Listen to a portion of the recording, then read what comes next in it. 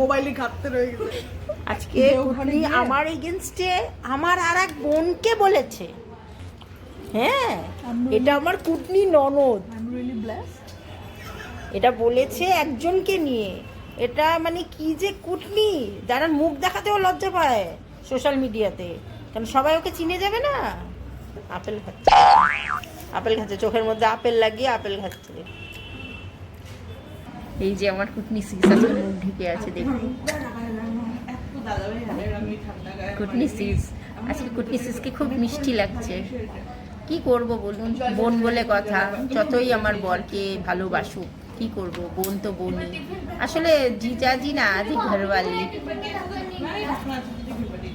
বলছো বলবে কুটনি ননদ, কিছু বলবে? কিচ্ছু বলবে না, মুখ ঢেকে বসে আছে। কোনো দিনও দেখলাম না আমার জন্য, মানে বৌদির জন্য কোনো গিফট আনা বা কিছু করা। বৌদির কাছ থেকে তো না, গিফট পাবে একটা জন্মদিনের। বৌদির কাছ থেকে আবার gift পাবে, বৌদির কাছ থেকে আবার gift পাবে। সে তো আমি দেবো, দেখুন নিজের বার্থডেতে তো দিছি, আবার অন্যের দিছি, তাও আবার দুবার। অন্য কাছে। ও মানে ওটা মনে করা, এত ছোট গিফট যে মনে পড়ছে না। একটা গোলাপ দিয়েছিল টিচার্স ডে তে। তার আগে নেল পালিশ গুলো কে দিছে? ও নেল পালিশ দিয়েছি। দেখুন গলাটা শুনুন আপনারা সবাই, দেখুন কিরকম কুটনি গলা, গলাটাও কুটনি। দেখেছেন আপেল হাতে নিয়ে?